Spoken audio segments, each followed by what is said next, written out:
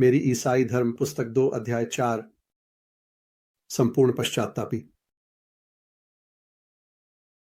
तो हम एक डरावने विकल्प का सामना कर रहे हैं। जिस आदमी के बारे में हम बात कर रहे हैं वह या तो वही है जो उसने कहा या एक पागल या कुछ और बुरा। अब मुझे यह स्पष्ट लगता है कि वह न तो पागल था और न ही कोई दुष्ट, और इसलिए चाहे यह कितना भी अजीब या डरावना या असंभव क्यों न लगे, मुझे इस दृष्टिकोण को स्वीकार करना होगा कि वह भगवान है। भगवान इस दुश्मन आधारित दुनिया में मानव रूप में उतरे हैं। और अब इसका सबका उद्देश्य क्या था? वह क्या करने आए थे? तो सिखाने के लिए, बेशक। लेकिन जैसे ही आप नए नियम या किसी अन्य ईसाई लेखन में देखते हैं, आप पाएंगे कि वे लगातार कुछ अलग के बारे में बात कर रहे हैं। उनकी मृत्यु और पुनर्जीवित होने के बारे में यह स्पष्ट है कि ईसाई मानते हैं कि कहानी का मुख्य बिंदु यही है। वे सोचते हैं कि मुख्य बात जो वह पृथ्वी पर करने आए थे वह थी दुख सहना और मारा जाना। अब जब मैं ईसाई नहीं था तो मुझे यह धारणा थी कि ईसाइयों को सबसे पहले एक विशेष सिद्धांत पर विश्वास करना होता था कि उनकी मृत्यु का क्या मतलब था। उस सिद्धांत के अनुसार भगवान चाहते थे कि मनुष्यों को सजा दी जाए क्योंकि उन्होंने छोड़ दिया और महान विद्रोही में शामिल हो गए, लेकिन मसीह ने खुद सजा भुगतने की स्वेच्छा से पेशकश की और इसलिए भगवान ने हमें माफ कर दिया। अब मैं मानता हूं कि यह सिद्धांत भी मुझे पहले जितना अमोरल और बेवकूफ नहीं लगता, लेकिन यह वह बात नहीं है जो मैं कहना चाहता हूं। जो मैंने बाद में देखा वह यह था कि न तो यह सिद्धांत और न ही कोई और ईसाई धर्म है। केंद्रीय ईसाई विश्वास यह है कि मसीह की मृत्यु ने किसी न किसी तरह हमें भगवान के साथ सही कर दिया है और हमें एक नई शुरुआत दी है। इसने यह कैसे किया, इस पर सिद्धांत एक और मामला है। अच्छा, इसकी कार्यप्रणाली के बारे में कई अलग अलग सिद्धांत रखे गए हैं। सभी ईसाई इस पर सहमत हैं कि यह काम करता है। मैं आपको बताऊंगा कि मुझे यह कैसा लगता है। सभी समझदार लोग जानते हैं कि अगर आप थके हुए और भूखे हैं तो एक भोजन आपके लिए अच्छा होगा। लेकिन पोषण का आधुनिक सिद्धांत जो विटामिन और प्रोटीन के बारे में है, एक अलग बात है। लोगों ने अपने खाने खाए और इससे पहले कि विटामिनों का सिद्धांत कभी सुना गया, वे बेहतर महसूस करने लगे। और अगर विटामिनों का सिद्धांत कभी छोड़ दिया गया तो वे अपने खाने को वैसे ही खाते रहेंगे। मसीह की मृत्यु के बारे में सिद्धांत ईसाई धर्म नहीं है। ये इस बारे में व्याख्याएं हैं कि यह कैसे काम करता है। ईसाई सभी इस बात पर सहमत नहीं होंगे कि ये सिद्धांत कितने महत्वपूर्ण हैं। मेरी अपनी चर्च, इंग्लैंड की चर्च, इनमें से किसी एक को सही नहीं मानती। रोम की चर्च थोड़ा आगे बढ़ती है, लेकिन मुझे लगता है कि वे सभी इस बात पर सहमत होंगे कि खुद चीज किसी भी व्याख्या से अनंत रूप से अधिक महत्वपूर्ण है जो धर्मशास्त्रियों ने प्रस्तुत की है।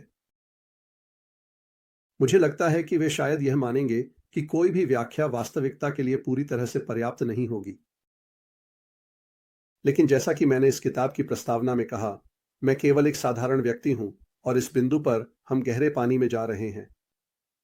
मैं आपको केवल यह बता सकता हूं कि यह कितना महत्वपूर्ण है। मैं व्यक्तिगत रूप से इस मामले को कैसे देखता हूं। मेरे विचार में सिद्धांत खुद वो चीजें नहीं हैं जिन्हें आपसे स्वीकार करने के लिए कहा जाता है। आप में से कई लोगों ने बिना शक जीन या एडिंगटन को पढ़ा होगा। जब वे परमाणु या इसी तरह की किसी चीज को समझाने की कोशिश करते हैं तो वे आपको एक विवरण देते हैं जिससे आप एक मानसिक चित्र बना सकें। लेकिन फिर वे आपको चेतावनी देते हैं कि यह चित्र वास्तव में वह नहीं है जो वैज्ञानिक मानते हैं। वैज्ञानिकों का मानना है कि यह एक गणितीय सूत्र है। चित्र केवल आपको सूत्र को समझने में मदद करने के लिए है। वे वास्तव में उस तरीके से सच नहीं है जैसे सूत्र है। वे आपको असली चीज नहीं देते, बल्कि केवल कुछ ऐसा देते हैं जो इसके करीब होता है। वे केवल मदद करने के लिए होते हैं, और अगर वे मदद नहीं करते तो आप उन्हें छोड़ सकते हैं। खुद चीज को चित्रित नहीं किया जा सकता, इसे केवल गणितीय रूप में व्यक्त किया जा सकता है। हम यहां एक ही नाव में हैं। हम मानते हैं कि मसीह की मृत्यु इतिहास में वह बिंदु है जहां से कुछ ऐसा जो पूरी तरह से अकल्पनीय है हमारे संसार में प्रकट होता है।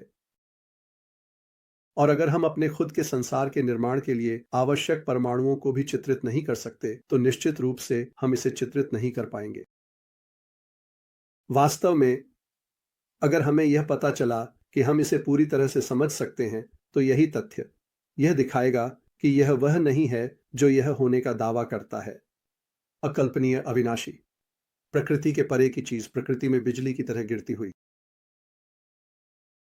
आप पूछ सकते हैं कि अगर हम इसे नहीं समझते हैं तो यह हमारे लिए क्या अच्छा होगा, लेकिन इसका जवाब देना आसान है। एक आदमी बिना यह समझे कि खाना उसे कैसे पोषण देता है अपना खाना खा सकता है। एक आदमी यह स्वीकार कर सकता है कि मसीह ने क्या किया है बिना यह जाने कि यह कैसे काम करता है। वास्तव में वह निश्चित रूप से नहीं जान पाएगा कि यह कैसे काम करता है जब तक कि उसने इसे स्वीकार नहीं किया। हमें बताया गया है कि मसीह हमारे लिए मारे गए, कि उनकी मृत्यु ने हमारे पापों को धो दिया है और कि मरकर उन्होंने मृत्यु को ही निष्क्रिय कर दिया। यही वह सूत्र है जो क्रिश्चियनिटी है। यही वह है जिसे मानना होगा। मेरे विचार में मसीह की मृत्यु ने यह कैसे किया, इस पर जो भी सिद्धांत हम बनाते हैं वे काफी द्वितीयक हैं। अगर हमारे योजनाएं या चित्र हमें मदद नहीं करते हैं तो उन्हें अकेला छोड़ देना चाहिए, और अगर वे मदद करते हैं तब भी। फिर भी चीज को खुद से भ्रमित नहीं करना चाहिए। इनमें से कुछ सिद्धांतों पर ध्यान देना उचित है। जिस सिद्धांत के बारे में ज्यादातर लोगों ने सुना है वह वही है जिसे मैंने पहले उल्लेख किया था। वह यह कि हमें मसीह ने हमारी जगह दंड सहने के लिए स्वेच्छा से तैयार होकर छोड़ दिया। अब इसे देखने पर यह एक बहुत ही बेवकूफी भरा सिद्धांत है। अगर भगवान हमें छोड़ने के लिए तैयार थे तो उन्होंने ऐसा क्यों नहीं किया? और एक निर्दोष व्यक्ति को सजा देने का क्या संभव उद्देश्य हो सकता है? बिल्कुल नहीं, जितना मैं देख सकता हूं। अगर आप पुलिस कोर्ट में सजा के बारे में सोच रहे हैं तो यह समझ में आता है। दूसरी ओर अगर आप एक आरण के बारे में सोचते हैं तो यह बहुत मायने रखता है कि एक व्यक्ति जो कुछ संपत्ति रखता है वह किसी ऐसे व्यक्ति के लिए भुगतान करे जिसके पास कुछ नहीं है। या अगर आप दंड का भुगतान करने को सजा के अर्थ में नहीं बल्कि अधिक सामान्य अर्थ में लेते हैं, जैसे कि खर्च उठाना या बिल चुकाना, तो बेशक यह एक सामान्य अनुभव है कि जब एक व्यक्ति खुद को किसी मुसीबत में डाल लेता है तो उसे बाहर निकालने की परेशानी आमतौर पर एक दयालु मित्र पर पड़ती है। अब वह किस तरह की मुसीबत में आदमी खुद को डाल चुका था? क्या उसने खुद को स्थापित करने की कोशिश की थी, ऐसा व्यवहार करने के लिए जैसे वह खुद का है? दूसरे शब्दों में, गिरा हुआ आदमी केवल एक अधूरा प्राणी नहीं है जिसे सुधार की आवश्यकता है। वह एक विद्रोही है जिसे अपने हथियार डालने होंगे। अपने हथियार डालना, समर्पण करना, कहना कि आप खेदित हैं, यह समझना कि आप गलत रास्ते पर थे और फिर से जिंदगी की शुरुआत करने के लिए तैयार होना, यही एकमात्र तरीका है मुसीबत से बाहर निकलने का। यह समर्पण की प्रक्रिया, यह पूरी गति से पीछे हटना ही है जिसे ईसाई पश्चात्ताप कहते हैं। अब पश्चात्ताप बिल्कुल भी मजेदार नहीं है। यह केवल विनम्रता से माफी मांगने से कहीं ज्यादा कठिन है। इसका मतलब है कि हम हजारों सालों से जो आत्मघमंड और आत्म इच्छा अपने अंदर भरते आ रहे हैं उसे भुलाना। इसका मतलब है अपने आप के एक हिस्से को मारना, एक तरह की मौत का सामना करना। असल में एक अच्छे आदमी को ही पश्चात्ताप करने की जरूरत होती है, और यहां एक ट्विस्ट है। सिर्फ एक बुरा आदमी ही पश्चात्ताप की जरूरत महसूस करता है। केवल एक अच्छा व्यक्ति ही पूरी तरह से पश्चात्ताप कर सकता है। जितना बुरा आप होंगे उतनी ज्यादा जरूरत होगी कम कर पाएंगे। जिस व्यक्ति को यह करने की क्षमता होगी वह एक परिपूर्ण व्यक्ति होगा और उसे इसकी जरूरत नहीं होगी। यह याद रखें, पश्चात्ताप यह अपमान के लिए स्वेच्छा से समर्पण और एक तरह की मौत ऐसा कुछ नहीं है जो भगवान आपसे पहले मांगते हैं। वह आपको वापस ले लेगा और अगर वह चाहे तो आपको छोड़ भी सकता है। यह बस यह वर्णन है कि उसके पास वापस जाना कैसा होता है। अगर आप भगवान से बिना पश्चात्ताप के आपको वापस लेने के लिए कहते हैं तो आप वास्तव में उनसे यह मांग रहे हैं कि वह आपको बिना लौटे वापस जाने दें। यह नहीं हो सकता। बहुत अच्छा, फिर हमें इसे पूरा करना होगा। लेकिन वही बुराई जो हमें इसकी जरूरत बनाती है हमें इसे करने में असमर्थ भी बनाती है। क्या हम इसे कर सकते हैं अगर भगवान हमारी मदद करें? हाँ, लेकिन जब हम कहते हैं कि भगवान हमारी मदद कर रहे हैं तो हमारा क्या मतलब है? हमारा मतलब है भगवान जो कहने के लिए अपने आप का थोड़ा सा हिस्सा हमें देता है। वह हमें अपनी सोचने की शक्तियों का थोड़ा सा हिस्सा उधार देता है और इसी तरह हम सोचते हैं। वह अपने प्यार का थोड़ा सा हिस्सा हमें देता है और इसी तरह हम एक दूसरे से प्यार करते हैं। जब आप एक बच्चे को लिखना सिखाते हैं तो आप उसके हाथ को पकड़ते हैं जब वह अक्षर बनाता है, यानी ये अक्षर बनाता है क्योंकि आप उन्हें बना रहे हैं। हम प्यार करते हैं और सोचते हैं क्योंकि भगवान प्यार करते हैं और सोचते हैं, और जब हम ऐसा करते हैं तो हमारे हाथ को पकड़ते हैं। अब अगर हम नहीं गिरे होते तो ये सब बहुत आसान होता, लेकिन दुर्भाग्यवश अब हमें कुछ करने के लिए भगवान की मदद की जरूरत है, जो भगवान अपनी स्वभाव में कभी नहीं करते, यानी समर्पण करना, सहना, समर्पण करना, मरना। भगवान की प्रकृति में इस प्रक्रिया से संबंधित कुछ भी नहीं है। तो वह एकमात्र रास्ता जिसके लिए हमें अब भगवान की अगुवाई की सबसे ज्यादा जरूरत है, वह एक रास्ता है। भगवान अपनी स्वभाव में कभी नहीं चले। भगवान केवल वही साझा कर सकते हैं जो उनके पास है। इस चीज का अपनी स्वभाव में उनके पास नहीं है। लेकिन मान लीजिए कि भगवान एक इंसान बन गए, मान लीजिए हमारी मानव प्रकृति जो सहन कर सकती है और मर सकती है, भगवान की प्रकृति के साथ एक व्यक्ति में मिल गई, तो वह व्यक्ति हमारी मदद कर सकता था। वह अपनी इच्छा को छोड़ सकता था और दुख सहन कर सकता था और मर सकता था क्योंकि वह एक इंसान था, और वह इसे पूरी तरह से कर सकता था क्योंकि वह भगवान था।